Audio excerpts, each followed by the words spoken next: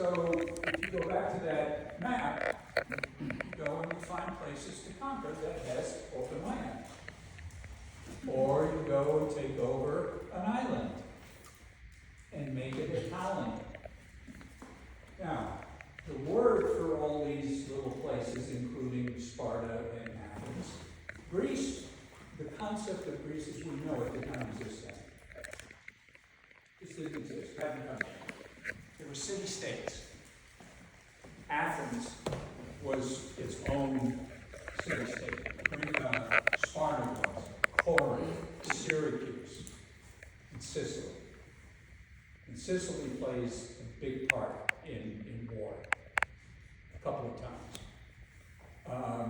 So you had these subject colonies out there, and depending on who they wanted to align with, it could be with Sparta, it could be with Greece, and we see that in Thucydides in the Peloponnesian War. That's what that war was really fought as. So, you've got that going on. Germany later was a threat to France because France knew it could never keep up with Germany in terms of population growth. Not going to happen. And Germany really wanted to expand. So that's a couple centuries and a half. We'll come to that. So we're going to go through 2,500 years in about an hour and a few minutes. So, and I don't want to get off track. I just want to hit highlights. This is not going to be a deep dive. So if you wanted that, I'm sorry, I'm going to disappoint you. And I promised Paula that I would not embarrass the family, so I'm going to do my best not to. But at the Battle of Marathon, you've got about 90,000 Persian warriors. That's a lot. That's a lot. Greeks have 10 to 20, probably closer to 10. And so you think with those numbers, the Persians are just going to overwhelm them. Well, the Greeks were pretty crafty. And they were clever, and they created something called the phalanx. Anybody remember what a phalanx is? They had bronze shields that would overlap, and they would, the guy behind or in front would have this up. And then the Persians are out there, and if you can think of 30,000, 40,000 arrows coming at you, without those shields, that's going to do a lot of damage. But they were light arrows, and they bounced off. And the Greeks were really good at close combat fighting. They had long spears. They had the shields. They had very much improved swords. And so a vastly outnumbered bunch of Greeks, they carried the day. Remember Philippides runs to Athens and says, look what we did. The battle of Thermopylae didn't quite work out that way. You can imagine mountains in a very narrow mountain pass. And you got all of these Persians, tens of thousands on the other side. And you have 300 Spartans on this side.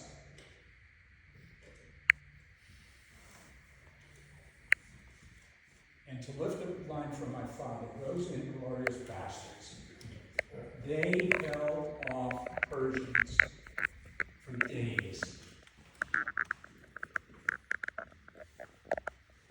And they fought until their weapons broke, and they fought hand to hand, and then they fought with their teeth. And they held back the Persian army long enough for a big part of the Greek army to make an effective retreat. And the only reason that happened was Fortuna. They were betrayed. Greek soldier went and told the Persian commander, hey, there is a path up and around, and you can come and outflank. So that battle has gone down in history. Remember what Herodotus said, so that things don't fade? That's still talked about today. And there is a plaque in that spot. You've heard of the movie Go Tell the Spartans? That's where it comes from. And it says, go tell the Spartans that we 300 did our due. Doesn't that give you goosebumps? That's what those people did. But they were betrayed. They were vastly outnumbered. The Persian king really wanted to do it in part to burnish his own image.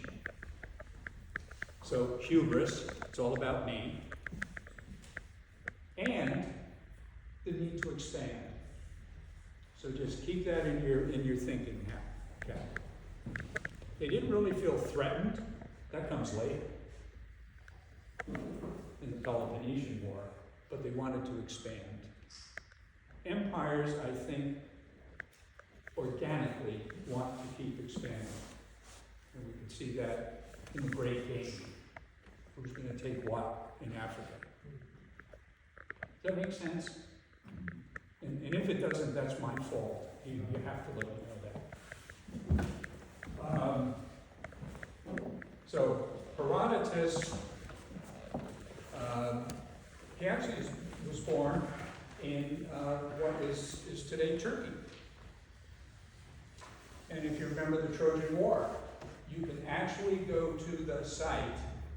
There's a plain there, and you can see some of the battlements that are left over.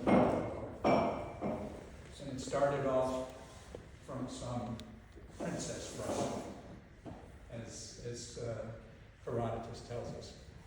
Now, Thucydides is a little bit different. And here's how he starts out.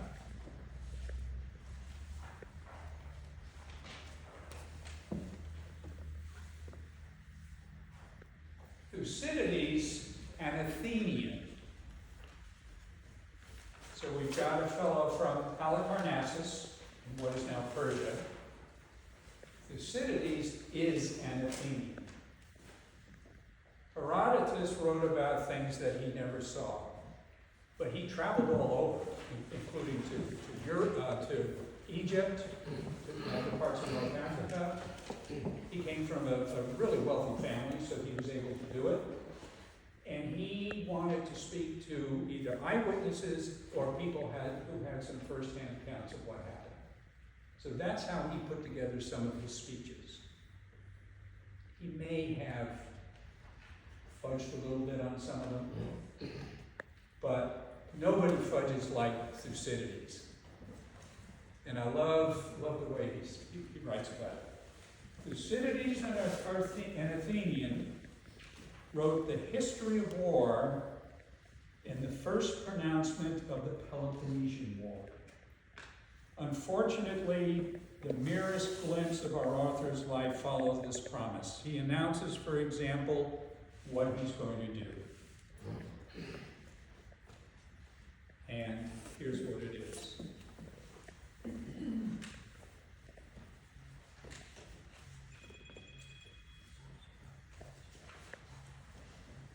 Wrote the history of war between the Peloponnesians and the Athenians, beginning at the moment that the war broke out. So he was there. He was also an Athenian general. I remember that.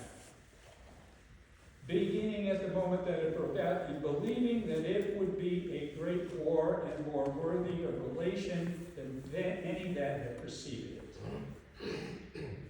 The preparations of both the combatants were in every department in the last state of perfection, and he could see the rest of the Hellenic race taking sides in the quarrel. So if you go back to that map, that's what happened. You've got Sparta. Remember I said that there was really no threat with Persia? Feeling threatened? Well, Sparta, at the time, was King B. And now you've got Athens growing and picking up vassal states. And the way they could do it is really bend you to their will. If I came over to Celeste and said, hey, look, you've got a business, I've got this gang, it's really a dangerous place. You know, if you give us $500 a week, we'll make sure nothing happens. You don't have to. What do you think Celeste's going to do? Depending how much money she's making. Or how much they gives her. So that's one of the ways they did it. So what develops out of this is Sparta starts to feel insecure. You've got this city on the water. Sparta's way inland. But Sparta was a different breed of cat. You hear about Athens culturally, artistically, architecturally, linguistically. Socrates, Aristotle, on and on and on. It's the golden age of Athens. Sparta, they produced warriors. They were like an incubator for warriors. And it was a pretty brutal process.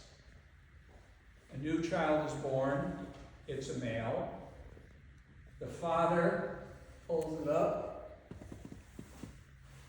and decides if it is going to live or go take it out and die of exposure of the animals. And then he had no more participation in that child's life. It was the women. That's what women did. Although, in Sparta, contrary to Athens, women did have some, let's call it governance powers, which is kind of unusual. So at age 7, little Ecliptolus, I just made that up, gets sent off to camp. And the camp is pretty brutal.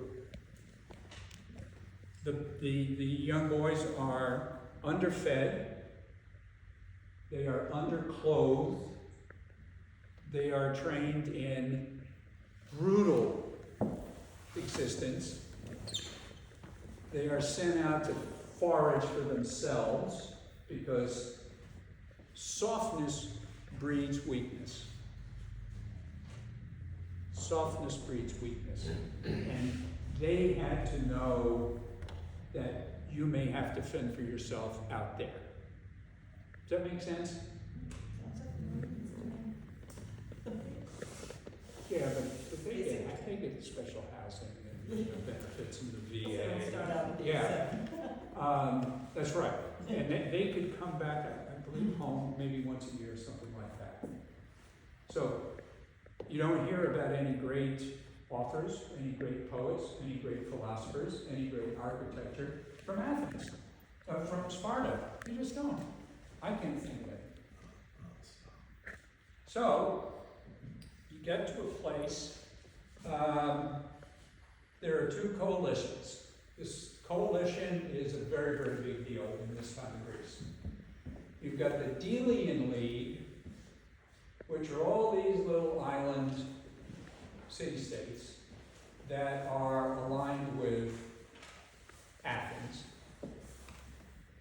And then you have the Peloponnesian League, which is aligned with Sparta. So now you've got, kind of in World World War I, you'll have the Triple Entente and the Triple Alliance. Or going back to Mr. Bush, you'll have the Axis of Evil and the Allies. Or the Coalition of the Willing, remember that? That kind of thing. And it was, you're either with us or against us. Now that's a Manichaean decision. That's a challenge. And one part of the Peloponnesian War came about because one of the nations didn't want to align itself with anyone. And so they were going to make an example of that. And there was another one, Miletus, I believe, which had rebelled a little bit against Athens. And so Athens was really going to set an example. And they sent a trireme, you know, those three-tiered 50-oar ships with a bronze ram on the front. They sent that out to go to that island and liquidate everybody. Gone, annihilate. Well, overnight they kind of talked about it, and maybe that is not really a good example. So by the grace of the gods, they sent another boat out. And it got there just in time to stop the annihilation. But there was an assembly that was held. And it was between, the dialogues were between Sparta, Athens, and Athens says, well, we've done all these great things that have allowed you to do so well. You need to give us earth and water. That was a way of talking about, you got to do what we ask you, and you've got to give us either food, money, gold, silver, men, warships, because we deserve it. We deserve it. Well, the opposing side gets up and, no, we've done our part, and on and on and on. And the decision came down that Athens had greatly overstepped its bounds. Which is kind of interesting when you think about it. Athens had overstepped its bounds. And so the war starts, 430 to 404. And it's a horrible war. And Thucydides hit it right on the head. It is greater than any war prior to that. It bled both Athens and Sparta dry. In the end, Sparta wins. Only because the Persians, remember the Persians? The women wrestlers? Yeah. The Persians come in on the side of Sparta. So Athens in its glory days are done. And within not too long, we got this guy up there in Macedonia, in Philip of Macedon. And he decides, God, these guys are all both down for the count. They've been bled dry. I'm going to take some. Make sense? Remember, this is a zero-sum world that they're living in. I win, you lose. You win, I lose. No midway. And then, when he dies, he has his kid take over. Now, I can tell you that the tutor for his son was a guy named Aristotle. And Philip brought Aristotle to tutor his son in Macedon. And you know what Alexander the Great did. He conquered all of the known world at that time. So why did they go to war? Fear, clear and present danger. I've been king of the hill, and now you're coming along. I feel threatened. Right? We are exceptional. We used to be exceptional. And you go to war. Does that make sense? It's the human part of our condition. It's not you, it's not me, it's not just somebody else. It's what it means to be human. And it's the kind of things that need to be thought about before you decide to send people to war. And you need to have good intelligence. Thucydides in particular brings up all kinds of things where they had bad intel. And a lot of people got dead. And it was senseless. Now, to bring it closer to home,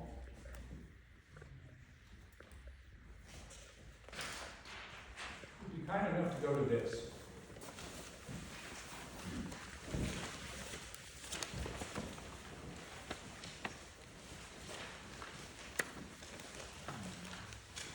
And I hope you will realize I'm not going to bore you to tears reading from the text. I mean, we can do that, but we got 2,500 years to do it in like an hour, and I can't do that. Several years ago, a scholar named Graham Allison, you're going to write down the name, write down his. Graham Allison at the Kennedy School at Harvard wrote a book called the Thucydides Tract. He also wrote a number of years before, probably the definitive scholarly work on how the decision during the Cuban Missile Crisis, the decisions were made. And it's called The Essence of Decision. You need to read it.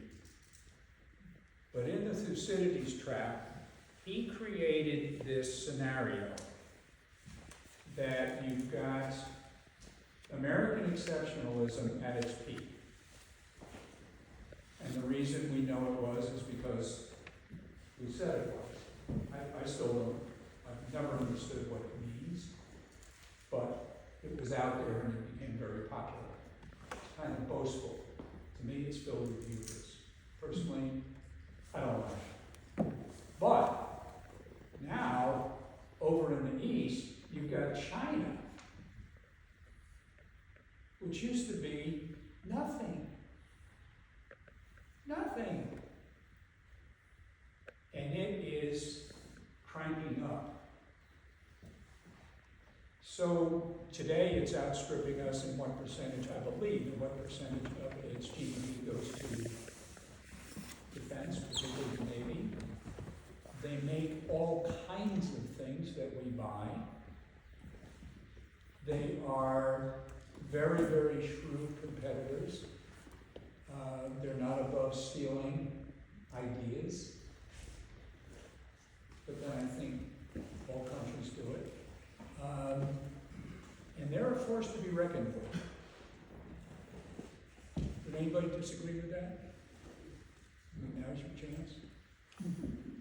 So what he said, in the last 500 years, there have been 16 situations where you've got an established hegemon, and a hegemon is the 800-pound gorilla in the room that you know is there, and an upstart. You've got a Sparta, you've got an Athens. 12 worked out. And 12 of the 16 ended in war. So that's a fact. So that got people thinking, and I think he should get great credit for that. He also has a lot of government service, so it's not just that he's a scholar. And when you think think about that, what does it get back to? It gets back to our human condition. You and I make our worst decisions possible under 4 circumstances. What are they? Stress. Fear. Next one, please. Smart pants. Fear, greed, and anger. So I'll put stress with fear. Yeah.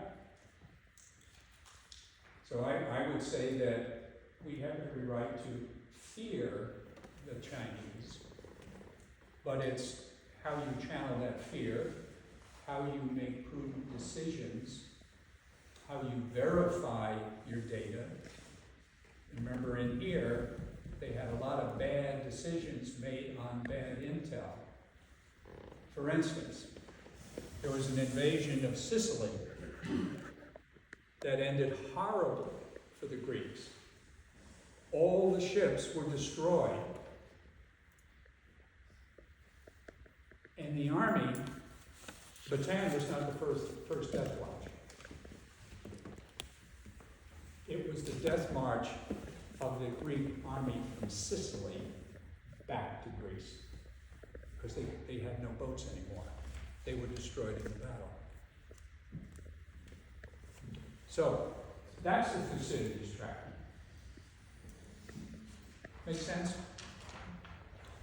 It's worth reading. It's worth getting the book. And you can go on YouTube, and there were all kinds of conversations about it. If we move on to how do we do war?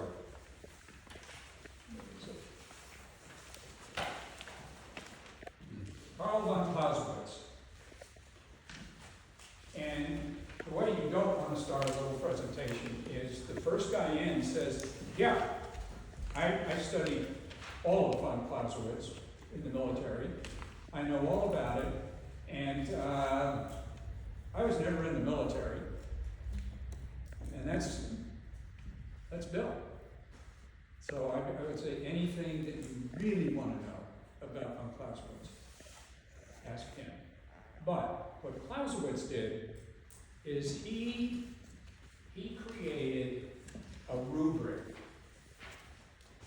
for leadership, military leadership.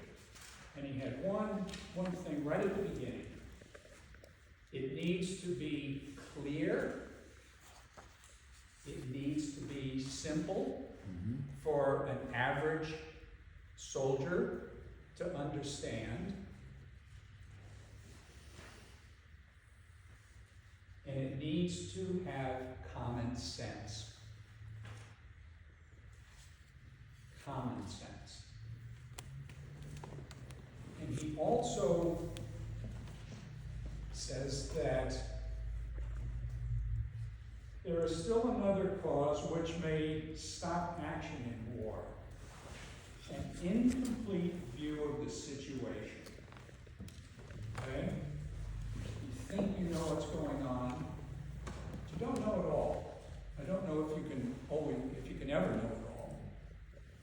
And each commander can only fully know his own position. That this opponent can only be known to him by reports which are uncertain.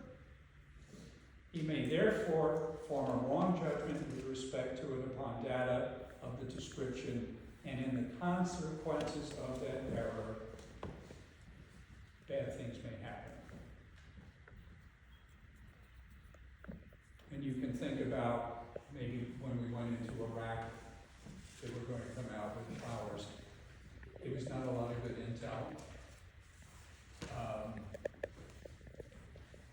And his big one that raised a lot of feathers, it's a mere continuation of policy by other means.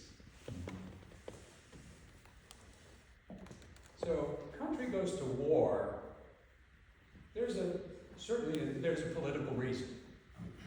There may be a military reason, there may be an economic reason, but in the real world that translates into politics. So you use the war as a continuation of that policy, whatever it is, what the end game is. You don't necessarily lead the war, it's a tool that he has in the box, and Right. if you try everything else and it's fatal, and you need to have that objective to be able to win, so you resort to war. Right. That's the last thing you can do. It's not your first best alternative. Yeah. It's costly, or kills a lot of people, or does a lot of damage. Look at Gaza. And he also talks about things that happen to the losers of war. How do they react and what might they do? We always think about the winners. Man, that's a pretty good feeling to win. But you've got those other people. That's where in my little blurb I said you throw it into psychology. What does that do to them?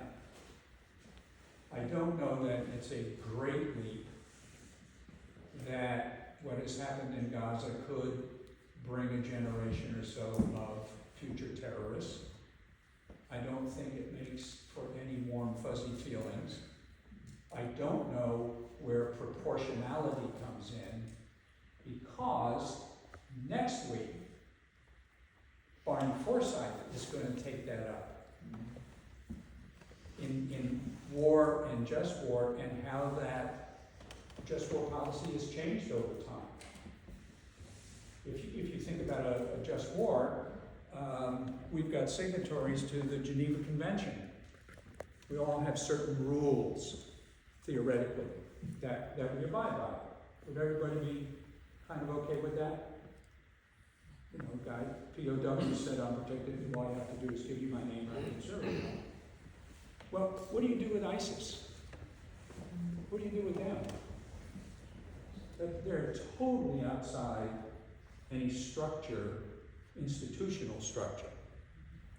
And how do we do that as Christians? As civilized people? That gets back to the essence of what it means to be you and me, to be alive. Forget Christian, Jewish, anything else, but to be alive, how do we treat people, how do we hope to be treated? But I would also say, since I'm a big follower of John Mearsheimer at the University of Chicago, a country has to be able to protect itself. That, to me, is first and foremost. You have to be able to protect yourself. It's how you do it. You can do it economically. We've done that for decades. We were the biggest, richest country. We came out of World War II as a huge, huge creditor nation. There is a new book out that Mr. Peters alerted me to, and it cost me $28 on Amazon, called Mellon versus Churchill. Two financial titans, one Secretary of the Treasury, Chancellor of the Exchequer, at war. Who owes what and how much? We don't hear too much about that. Now Trump, wants to have an agreement with Ukraine that will end this thing, but we want rare earth metals. Okay. It's interesting, with Trump, I watch and try to read him, his actions and so forth. One of the things I would say is that, and I may not have agreement here, our presidents, you have to go back to FDR to find someone who really opposes war. That's what FDR really, almost to a fault, did not want to get into the European war. It took the Germans, and I don't want to take away what No, take away. But Germany made a huge mistake, if you want to talk about it, when they allied themselves with Japan, a military alliance. And so when Japan attacked America and Hawaii, Germany then declared war on the United States, and then we, in turn, declared war on Germany. I don't think, personally, having done a lot of reading on this, that we ever would have gotten into it, even in World War II, when we did. Maybe never. And Germany would have faded themselves out trying to go against the Russians. They had big problems going in there. But it was amazing, and with Trump, that's one thing I'm glad you brought that up, because the president, or the president, I guess you call him, of Ukraine, was willing really to make concessions, except he wanted one thing.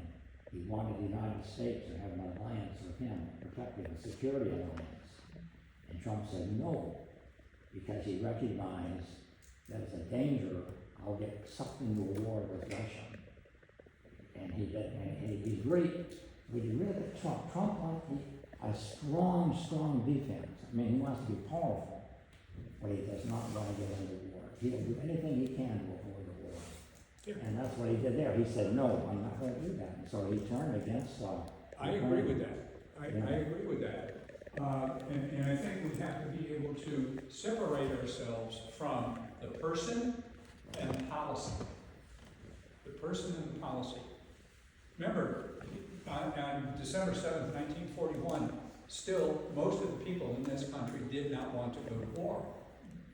Yeah, exactly. And FDR was labeled a traitor to his class for a whole bunch of reasons. But that was it. And to follow up on what Bill said, so if you perceive threats, remember the Germans had a big navy, the Kriegsmarine, and they had the U-boats. Ultimately, 80% of them were destroyed. But you've got a war out to the west, and you got a war out to the east, and you're the guy in the middle, and you've got really big open borders. So you've got to start thinking about that. What's your first obligation to protect your country and the citizens? So short of that, FDR came up with the Lend-Lease. You know, he kind of finagled around. It's government, it's politics, you do it. And so that allowed Great Britain to, we had convoys to stay alive long enough for something else to happen that brought us in. You know, one thing I want to add too, because FDR saw what happened in World War I. We got sucked in there and bad things happened. It was her thing. Of course, they made a war of the end wars, and he did not want to get involved in the European wars ever again. Really, he did not. That's why we did. It's amazing we stuck out as long as we did. I mean, really. Yeah.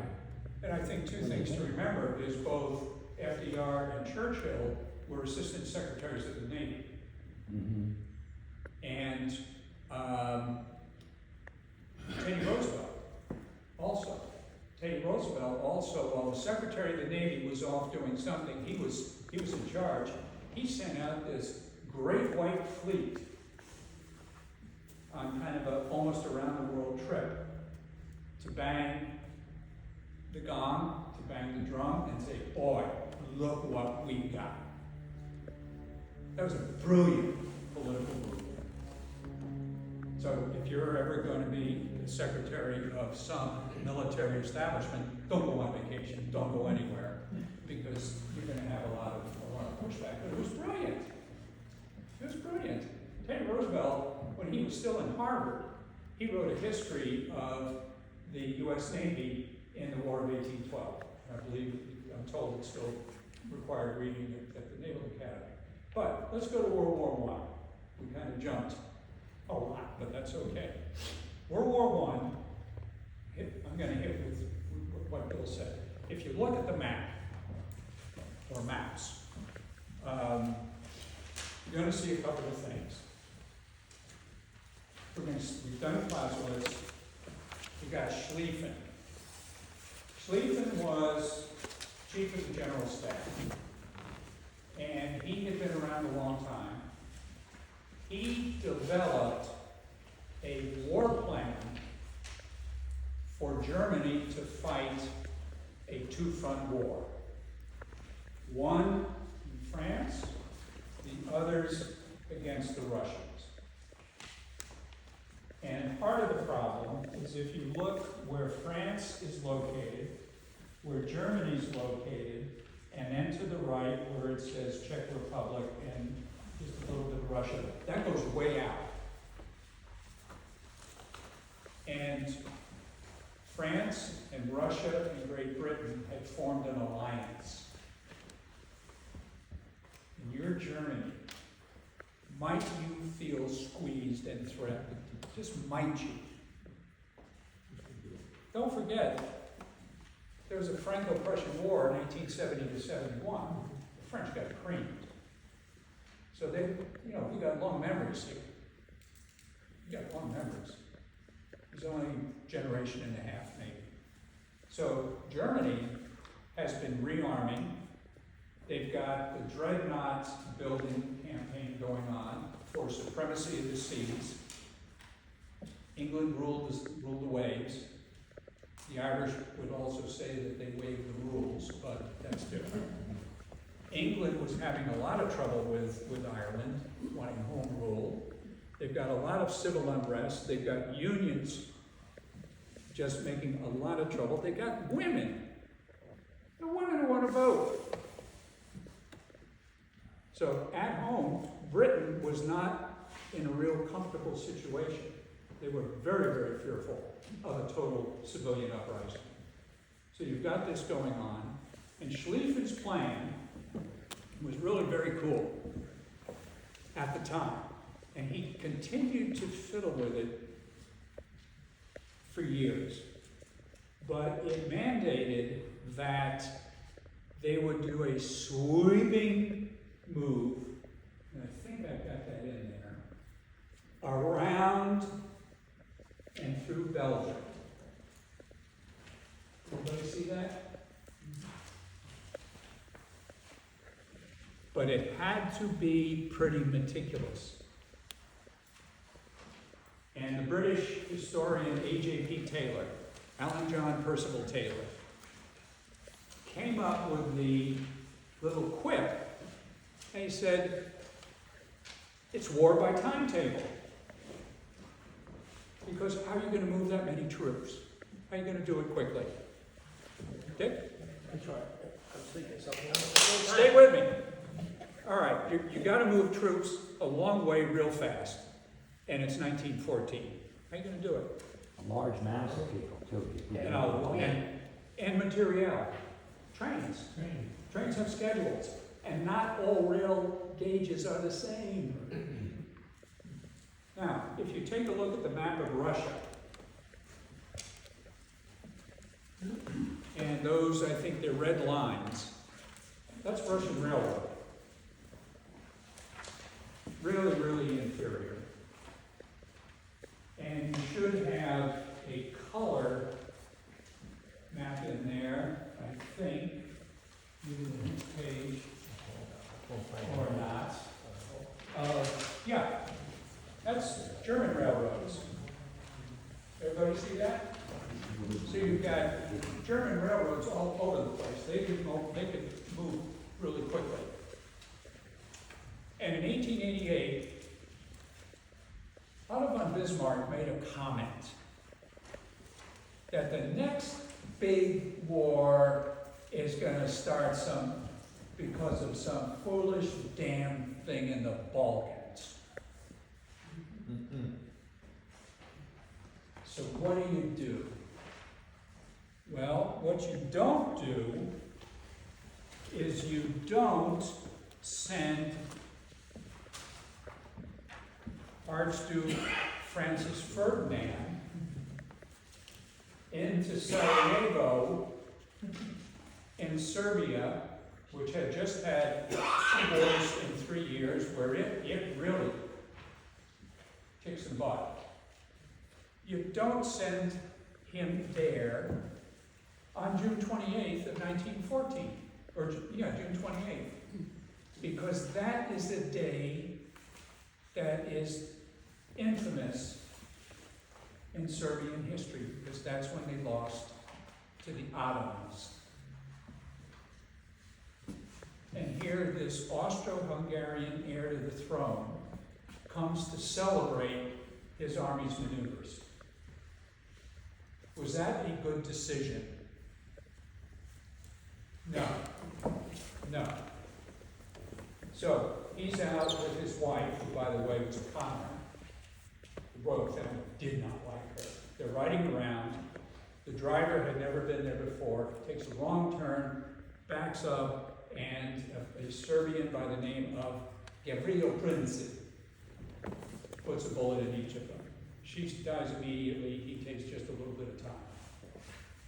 So the Serbs had been agitating against the Austro-Hungarians. And Austria-Hungary at the time was just a mess of different ethnic groups, different religions, different dialects. They couldn't communicate. If you had a bunch of them in the army, you had to find that Rusty can communicate with Jim, but Jim can't communicate with Don. And how do you make that work? That was pretty tough. That was pretty tough. So that got things going. And then you had a crisis, because it was done, pretty much all the evidence shows, with the consent and advice and assistance of the Serbian government, the Serbian secret police. And they said, no, we'll investigate it, we'll take care of this. And the Austro-Hungarians said, what do you think they said? I'm not going to say it here in church, but no, that's not how it's going to happen. We are going to take it. So they're threatening to come in, we're going to go into your sovereign state, and we're going to do this. That could be construed as an invasion. And very, very threatening. And then over here, you've got Russia. Actually, Russia. And what religion are the Serbs? They're Orthodox. What religion are the Russians? Orthodox. We got your 6. That's not a good situation. Plus, London Treaty of 1839 pledged guaranteed Belgian neutrality. Germany and Great Britain were signatories. But what did the Schlieffen Plan say it's going to do? It's going to come sweeping around through Belgium. And all down in here was a heavily fortified area around Liège and Ypres. So that's what happened. And then the diplomacy just did not work. And people got nervous. It's too bad they had to use the Hague, which established the Yeah. international, 1899, I think it was Right. something. Right. Yeah. They could arbitrate possibly. And they that's one point, they didn't have a place to go like the UN or the Hague that was being used. So you've got this going on, and I think maybe George and Bill will say that once you get a big mobilization underway with the communications that existed back then and the atmosphere. Remember, fear, greed, anger. So we got 2 of those. That's going to be tough to stop. And at the end of July, August, who blinked first? Who mobilized first? Russia. Russia mobilized first. And then off we go. I think the Germans felt to leadership that they could whip France pretty fast. Oh, They did it, you well, they mentioned did it in 1870. 1870, 71. They thought they could probably take them in 14 or 20 days, maybe 40 days or something like that. Yeah. They could whip them. And when the truce came, either Hindenburg or Ludendorff said, or the Treaty of Versailles, 1990. It was actually a series of treaties. He said, it's not a peace. It is a 20-year truce. So if you take 1919 and you add on 20 years, where does that get you? And Hitler goes rolling into Poland. Words have meaning. Words have meaning. Okay, now, let's go to, who wants to read Dulce et Decorum Est? Who wants to read that? You, Yeah, everybody should have it. Who wants to oh, read the that? crisis of 1914. Is that all you have? Keep going. Be right toward the end. European tragedy? Keep going. Oh, Oh. okay, maybe some of you don't. All right, that's by Wilfred Owen. Wilfred Owen was a Brit, he was an officer, he was a brilliant poet. The greatest poetry of war, in my opinion, came from the Brits. I mean, Spielberg can make Ryan, we could read, For Whom the Bell Tolls, and all of that, but it's poetry that really gets you. And the sad thing about Wilfred Owen is he did suffer from what they call neurasthenia. He went to an officer's convalescent center where we met Siegfried Sestung. They were good buddies, they respected each other highly. He went back out, and he was leading his men across the Oise Canal, and was killed by a German machine gun. His mother got the telegram that her son was killed on November 11th, the day of the armistice. That makes me angry. I'm sorry. Can you imagine that mother? He was killed 3 days before. But he wrote this beautiful poem, so who wants to do it? Steve. And then Jack. Bent double, I call beggars under sacks. Knocked me, topping on hags, we cursed with a sludge, till our haunting flares were taken up heads. And toward our distant rest, began to trudge men marched asleep. Many had lost their boots, but limped on bloodshot, all went lame, all blind. Drunk with fatigue, deaf leading to the boots of gas shells, dropping softly behind. Gas! Gas! Quick, boys, the ecstasy of fumbling, flitting their clumsy helmets, chest and dime. But someone still was yelling out and stumbling and floundering like a man in fire or wine. Dim, with misty veins, and thick green light as under a green sea I saw him. In all my dreams before my helpless sight, he plunges at me, guttering, choking, drowning. As if some smothering dream, you too could pace behind the wagon. I knew it flung him in.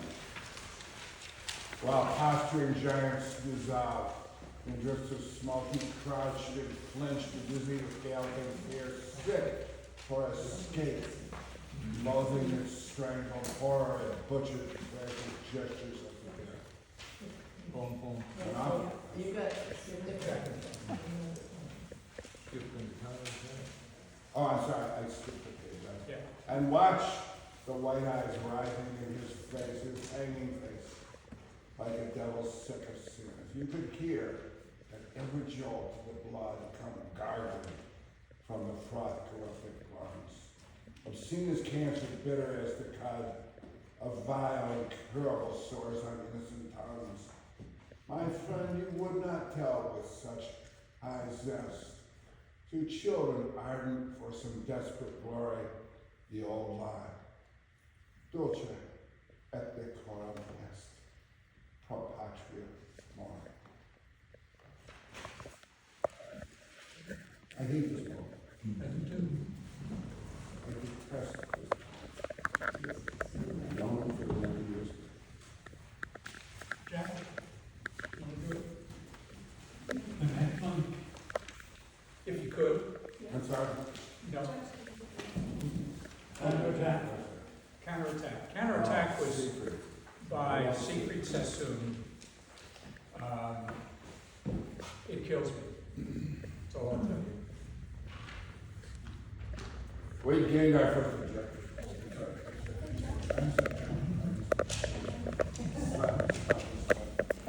We gained our first objective hours before, while dawn broke like a face with blinking eyes, pallid, unshaven, and thirsty, blind with smoke. Things seemed all right at first. We held their line with bombers posted, Lewis guns well placed, and clink of shovels deepening the shallow trench. The place was rotten with dead, green, clumsy legs, high-booted, sprawled, and groveled along the sacks, and trunks, face downward in the sucking mud, wallowed like trodden sandbags loosely filled, and naked sodden buttocks, mats of hair, bulbs, clotted heads slept in the plastering slot. And then the rain began, the jolly old rain. A yawning soldier knelt against the bank, staring across the morning blear with fog.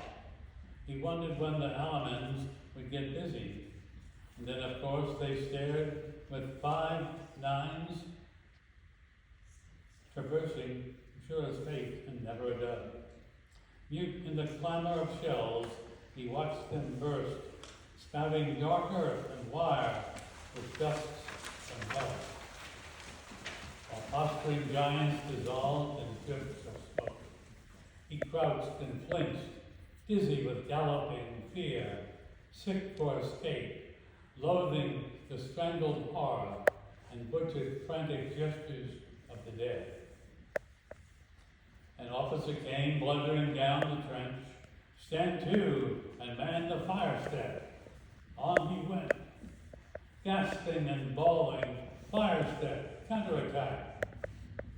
The haze lifted, bombing on the right down to the old stack, machine guns on the left, and stumbling figures looming out in front. Oh Christ, they're coming at us. Bullets spat, and he remembered his rifle, rapid fire, and started blazing wildly. Then a bang crumpled and spun him sideways, knocked him out to grunt and wriggle. None heeded him.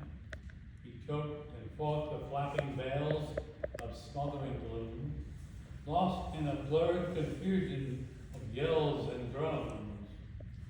Down and down and down he sank and drowned, bleeding to death.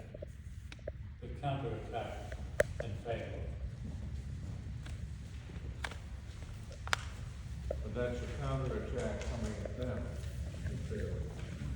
It's not clear up here, it was fire step, which is a step and then a defensive position. It was coming back at them. They weren't counterattacking, they were defensive. They were being killed. Okay. So that, they mentioned the 5 9s. Those were a treacherous gun that would kill a lot of people real fast. And it comes up actually fairly frequently in World War I poetry. If you are interested in First World War poets, they're Brits. You need to see Scott. This is an incredible book. And if you're interested in letters between a nurse, female nurse, her brother, and 3 other British soldiers who never came home, I would be glad to loan that to anyone who's interested. If you're interested in war, in Greek and Peloponnesian stuff, Paul and I have a fairly substantial library which you are free to raid. There is a deposit, generally the title to both of your vehicles. But I'm not gonna take it with me when I'm done. Remember, this is title law, it's not hard. Yes, yes. One thing, Yes, usury at its best. Yes. So anyway, I wanna close one something of the real that, horrors of this is the use of gas, you know, the mustard gas was used. Yep. To the reading, I was thinking about that. when Yep. listening. 1% of the fatalities in the war were due to mustard gas. But the psychological impact Yeah, it was of still- just hearing gas. Now, there is a floating around out there that the United States did not use gas. That's incorrect. If you go in and look at some of the archives, the DOD will say that we did not use domestic produced gas. We didn't have it. But the French and the Brits did, so we used that. It was far less effective than the literature, but it was the psychological effect, and that it could last. It could last. Here's what Henry Kissinger said. And I want you to think about it, maybe in terms of what we just talked about and also today. The intellectual ability leaders accumulate prior to reaching the top is all they'll be able to draw on when they get to the top. The intellectual capabilities that they accumulate on the way to the top is all they've got when they get there. Just think about it. We're in trouble. Yeah. So think about that. I can't thank you enough. I apologize for getting emotional sometimes. I do. I love this stuff. It doesn't mean you have to, which I don't understand, because Paul knows it. I love it, and everybody else should too. I hope you had some fun, at least just a little bit, and take home one good thing, then I'll call it, I got a really low bar on success. Yes? I have this question. This is so horribly depressing and it's just hard to deal with, and so probably it's really I want to know what we do with this. What do we do with this knowledge of how horrible war is and how inevitable it is? From what you have said, it's always going to happen. It's a cycle. Someone's always going to be on top. Can you share the essence of essence of what you were saying? This is all so horrible. Just everything about it. What do we do with it when we've got that and when we think we always have to be the top dog? Well, what do we do with this? I don't know. Anybody? Dick? You have to think about sometimes as a history of building blocks of what was past, and then use that sometimes as a foundation for what a proper approach would be to the next step. That's one way. I think that's exactly what Kissinger is saying. You know, learn something about bad decisions that came before. And I think a bad decision has more impact than a good decision, but I don't know that. No, I happen to be just reading Norman Schwarzkopf's autobiography right now, about 2/3 through the book.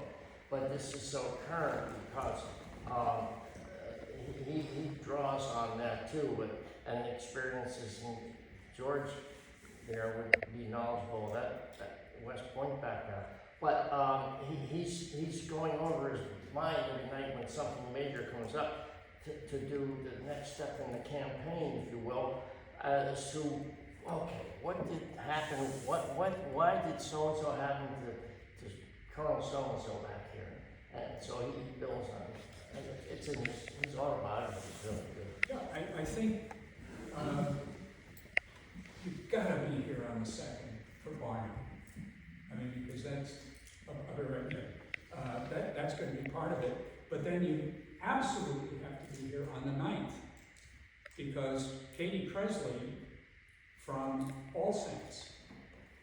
Katie's been in the military since, I believe, 2010. I think she enlisted before she put on the collar. And she is a first lieutenant, and she's a battalion chaplain. So, how do you do all that, having some knowledge of this, having some, I guess a lot of knowledge of the Christian ethic? How do you nurse, how do you work with those people, their families? She made a comment to me that I'll never ever forget. Apparently, you think the military chaplaincy is all the same among the different religions. And she originally started out she went from from green to blue, Army to Air Force, and then back to the Army. And I asked her why. She said, well, I wanted to be with my guys. I wanted to be with my guys. Just think about that. My dad spent 42 months in combat. He survived North Africa, the invasion of Sicily, Normandy, and the Bulge. He's my best friend till I met Paul. But God bless him, he never lost his joy of life, and that things can get better. He was a huge supporter of the Marshall Plan, and I forgot it. We have all of his letters back to the woman who became my mom. And there's no hatred in there. There's philosophy, there's what comes next. So, I'll bring you in. I would like to suggest with your agreement and with Pam's agreement, because of the protocol,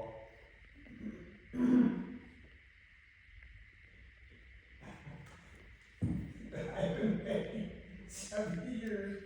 Pledge allegiance, not flat. Would you guys? I'm sorry, I'm having trouble hearing you. What did you Can want? we pledge allegiance to the flag? Of course, I would assume. If you As long as this group is all right with that, but I can't, we're all Americans, regardless. That's it. George, why don't you lead the pledge, if you would, please? Just we understand. Yeah. I know we understand. But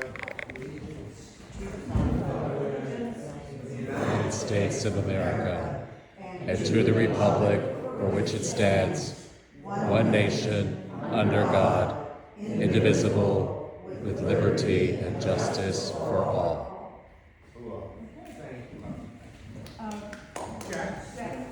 Well, I want to make a comment to you to respond to. You made one brief reference to Eastern civilization, but in all of our contemplating world history, we think of world history as Western civilization, and we ignore Eastern civilization. Yeah, to our own detriment. Yes. But that's the Eurocentric ethic that we've all been raised with. Yeah. Thank you.